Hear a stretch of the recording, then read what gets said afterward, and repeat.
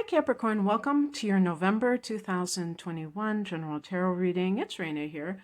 As I laid these cards down, I was thinking how powerful this reading is. Yes, there are a number of major arcana cards. I actually intentionally laid the cards down before I, pressed record because I wanted to situate them because I'm experimenting with a different camera angle using my tripod, and it still is, trying to adjust things. I don't always do this. I usually show the cards, but this time I just wanted to, and also I have like this table. I usually put a cloth on it because it's really kind of a particle board, and it's kind of not very nice.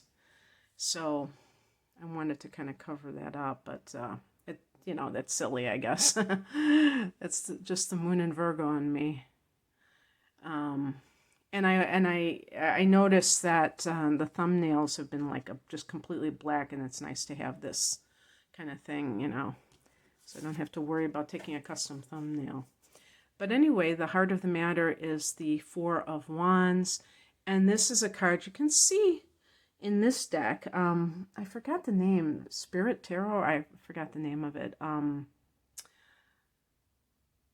It shows a kind of like a yurt type of a structure, which represents home. The number 4 is connected to Saturn and the foundation, so home can be a part of that. But if you think about astrology, the 4th house is home and family, and associated with the sign of Cancer. But this is a 4 of Wands, and Wands is fire energy, and there's a celebratory kind of having that tambourine is kind of showing the joyfulness that is associated with this. This is the card of a happy home.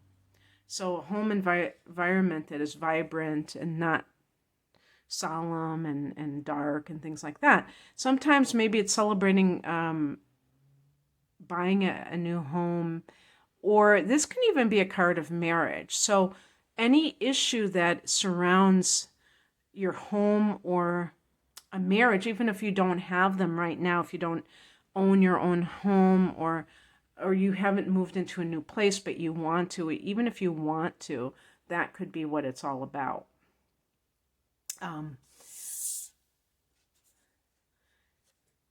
Like if you have a home environment where you dread going home to, then you might be looking for a positive space to rest your head, in other words.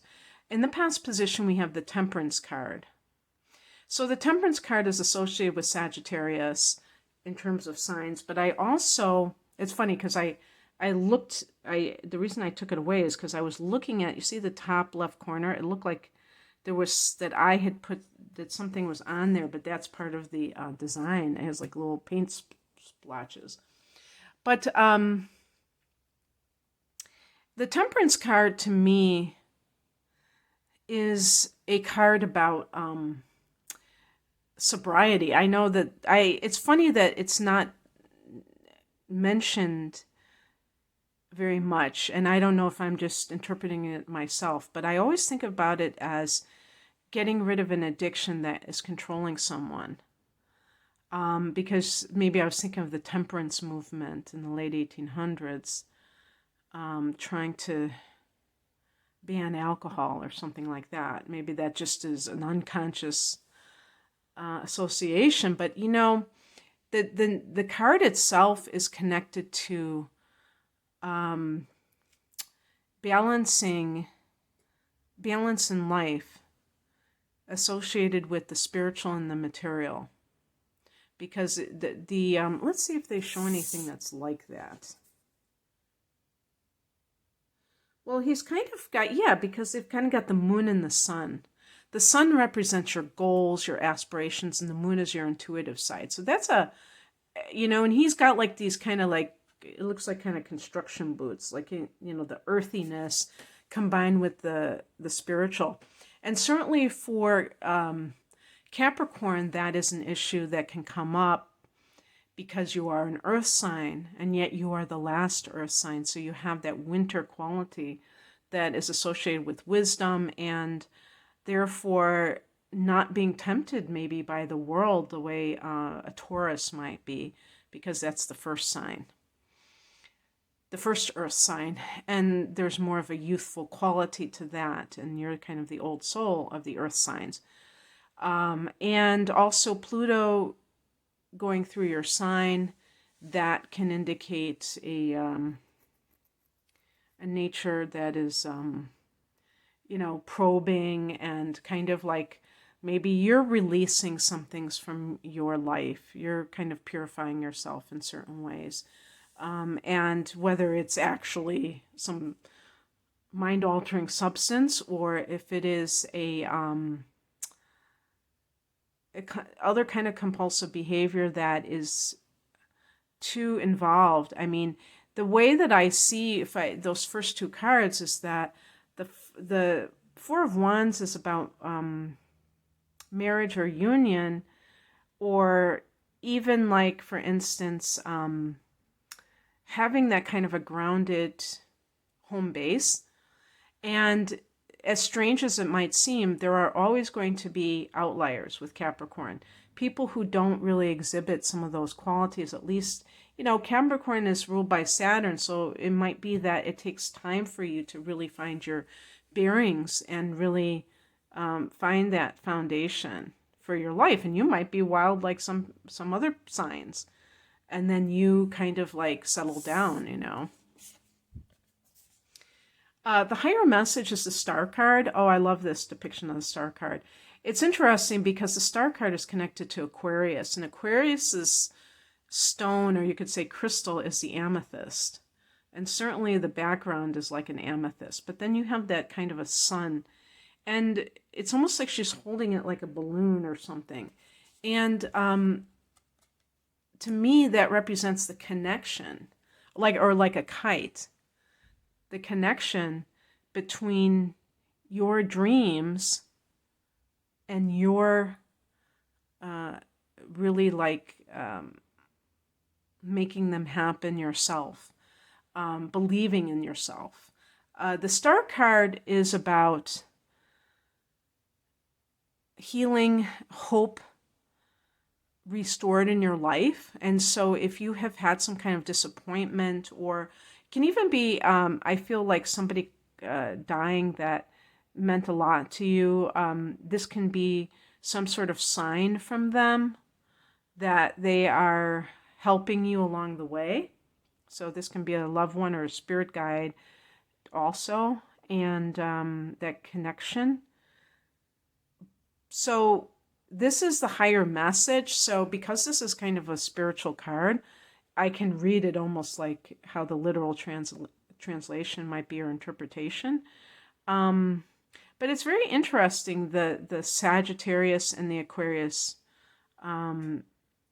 energies around you, because you are, sandwiched in between those two signs. And so in November, the sun goes into Sagittarius. And Sagittarius for you is your 12th house. So perhaps that's a time for you to reconnect with the spiritual, Capricorn, with the non-material, the immaterial, and understand, we have a material life, and then we don't. And then we go back to a realm that is non-physical. And being able to kind of like, I want to say float. I can't think of the proper word, but kind of go back and forth between these two concepts and these two realities is the ultimate, to me, the ultimate expression of physical existence of this lifetime, because we're not just immersed in the physical. And I do feel that Capricorns are capable of understanding and accomplishing this. I really do. Now, when I was laying out these cards, two cards fell to the ground, and so I decided to include both of them. Why, how can I choose one over the other? both of them were swords. So they're connected to, and you see how they have these black, like these crows or whatever, vultures or whatever you want to call them. I don't know what you call those. But it's kind of like a bird that we associate with negative thought. But look at that one white bird. So that kind of is at the highest point. To me, that shows, well, you can make the argument that there's a black bird higher than that one. But it is at the top. And, one of the things I notice is that the Queen of Swords, there's only one little bird up there. So it's like, it really is the cards that are more challenging mentally that have a bunch of black birds, it seems like to me. And, you can tell by looking at this person that they've got their head in their hands. She does. And it's a card of anxiety, okay? So I have them upright, but I'm reading them like they are challenges to you in November. So with the Queen of Swords, if you have anybody in your life who is an authority figure, who is a woman who is emotionally remote, so the Queen can be the mother even. She could be causing anxiety to you. And one of the things, if it is literally your mother, and this, I always associate narcissists with queens and kings, just because they have that larger than life quality in their own mind. They're legends in their own mind. They have delusions of grandeur, but they're still authority figures, whether they're being good parents or not. And with Capricorn, this can be very traumatic because you tend to be very family oriented, whereas another sign would just like write them off and just not have anything to do with them. So you might feel like the sense of duty, that's such a Capricornian thing. I have to do this. That's Saturnian kind of a sense of like respect your elders, Saturn is father time. So the thing is that it's a lesson that all of us have to learn, because this is simply programming. This idea that adults get more respect than children. And what about when children become adults? Then they still don't have that. They're still not part of that pecking order. They're not high enough. And, you do get people who say, I've lived longer on this earth than you do. And than you have. So I, am wiser? No. There's people who never learn, and there are children and young people who are incredibly wise because they're just advanced souls. They're old souls. They've been here many times. Maybe they're star seeds. Who knows? So this could be a boss, and this could be a boss who withholds praise and tries to get you to work twice as hard to get that little recognition so that they can get more out of you. So this is all about you looking at what makes you anxious in November. And I would say especially at the end of the month when the sun goes into that 12th house, because these are like unconscious, that, sometimes anxiety can be not only subconscious, but unconscious. And that comes from past lives or deeply, deeply repressed memories that get triggered, and you don't know really what the source is. It really doesn't matter. It's really all semantics, like as far as I'm concerned, whether it's this lifetime, another lifetime. The point is that anxiety is a teacher. It's not something necessarily to be suppressed and to try to distract yourself from, because you really can't. At the end of the day, you have to face your fears, and you really purge yourself from them when you don't run away from them. And maybe in some cases, the Queen of Swords can be a need for you to become more detached, and especially you Capricorns who have inner planets in Pisces, but your moon sign could be any sign, including any of the water signs, that can make you much more emotional than a typical Capricorn individual. So Cancer, Scorpio, or Pisces. Moon signs, definitely. And that may make you much more subjective in everything you take personally. And it's hard for you sometimes to achieve those goals that you're looking for, because you feel that you're not good enough. The Nine of Swords, the Eight of Swords is like those old tapes running, but the Nine of Swords can be, in the dead of night, the kind of fears that you have. And by the way, if you're interested in, really reprogramming yourself mentally, I came across, I don't know how you pronounce his last name. Some of you are probably aware of this man. I think I don't know if he's a medical doctor or a PhD, but I think he always goes by Dr. Joe Dispenza or something like that. You probably know, some of you. And he had one, and I'm not subscribed to any channel of his, but I like self-actualization types of videos and things like that. So that's why they probably recommended it. But he had one recently, about like a couple of weeks ago, about like 4 a.m.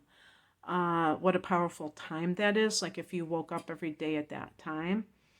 And these people were writing under the comments, under the video, they were writing comments like, oh yeah, they have this in, somebody mentioned Islam, and somebody mentioned, I mentioned Brahma Murta, which is the Hindu version. It's like, and I looked it up on Wikipedia to see how to pronounce that, and it's actually an hour and 36 minutes before dawn. I mean, it's exactly that much.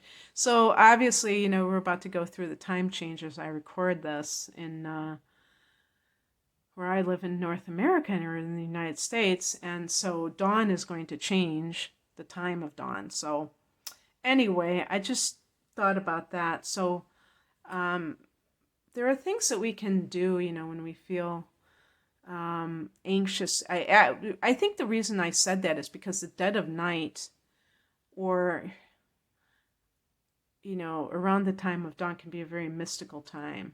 So with the Nine of Swords, they usually depict like nighttime, because of that's when we tend to slow down our activities. And then when you slow down things, then it makes you more prone to thinking about things, you know what I mean? And then you're like, oh, I don't want to think about this. So anyway, the outcome, what's coming in? The Moon card. Wow. Very interesting.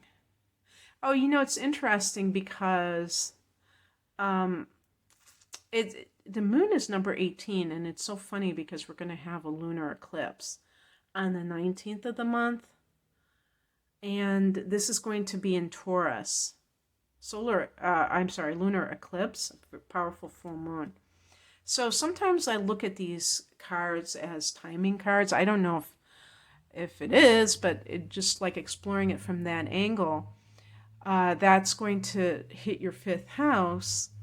It's in a fellow earth sign, a lunar eclipse. And so if you are somebody, if these cards are about you wanting love in your life, or like a committed relationship, a marriage, 4 of Wands, Capricorn, you could experience something that is overwhelming, not necessarily on the 19th, but in this time frame, maybe throughout the rest of 2021, that could be like love at first sight, kind of like overtakes you, because it's so, there's like this quality with an eclipse that's kind of something faded. And so what you have to do on your part is you have to be open to it. You have to be available.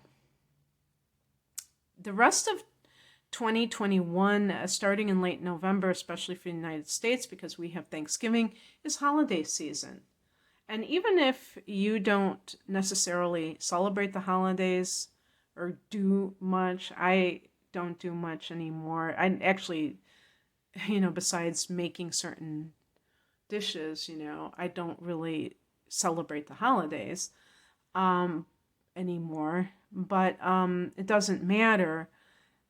If you want to meet somebody, if you want to fall in love, because that's what the fifth house is about, you have to put yourself out there. There's no other way. And there are a lot of Capricorns who are kind of like hermits sometimes, right?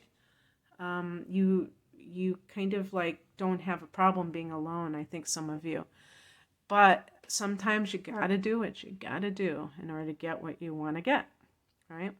So the moon card is also about exploring that spiritual side. And it's interesting that Sagittarius is your 12th house because that's also Sagittarius itself rules the 9th house, and that is connected to God as well, or the spiritual. So you're covered that way. And by the way, you might have met a Sagittarian and you feel like it is the real thing. So also, if you are artistic, the moon card can be about exploring your artistic side too. And the outcome is the Magician. And I love the Magician. This is connected to Aries. I love this depiction of the Magician. I wish my camera had better resolution when I kind of bring it out like I am to the degree, because I don't know, you probably can see it, but anyway, like a whirlpool or the vortex, as Abraham Hicks calls it. That idea of the womb of creation, so to speak. And that's kind of what the 12th house can be as well. So what is it that you would like to bring into your reality? It's a very good question. The Magician is about co-creating with the universe. And I really see a connection between the Star card and the Magician. I really do. And even the Moon card, because you have to have that kind of intuitive, you have to bring that into play as well when you're wanting certain things. And with the Four of Wands, going back to that definition of the number 4, or that connection with your ruler, Saturn, to me, it's like, what kind of foundations can you create in your life, Capricorn, that bring you joy? Isn't that kind of funny? Because if I had the I was going to say the Four of Capricorn. If I had the Four of Pentacles, we could talk about it in terms of financial stability. But here we're talking about joy that is a constant, that doesn't leave you. I'm not talking about like some kind of manic happiness, but this real like consistent joy in your life. How can you call that in? And it's a really great question. And I think that how a person does that is by being an open vessel or a conduit for it. And that's what the Magician card, it's funny because we talk about, magician, hocus pocus, that kind of thing. But actually it's like being open to receiving from the universe, and that can be ideas. And that's how I see the Star card as well. And the person is looking up to the heavens, and creating. But you realize that there is some other element involved besides yourself, that you're not no man is an island. And so there's like that immaterial quality, whether it's your higher self, but also God, the universe, whatever you want to call it, spirit. So going forth and really doing these things from that perspective, rather than just the material, trying to just tough it out. And maybe recently you've realized that you have to employ the spirit. You've been trying too hard to just go it alone from the material point of view. And with the Nine of Swords, and anxiety will show you when you're trying to live in the world instead of living in the world but not of the world. Okay, that's what I have for you, Capricorn. I hope that this resonated. If you'd like a private reading, I'm primarily an astrologer, can you tell? Because I'm always, tying it into astrological things. But I do private tarot readings for people who like that as well. I have combination readings with tarot and chart readings. That one's called the Whole Enchilada. I have double chart readings, and they're for special prices, these double readings. You can find out more information at rainandmoonastrology.com. The link is below. Take care. Bye.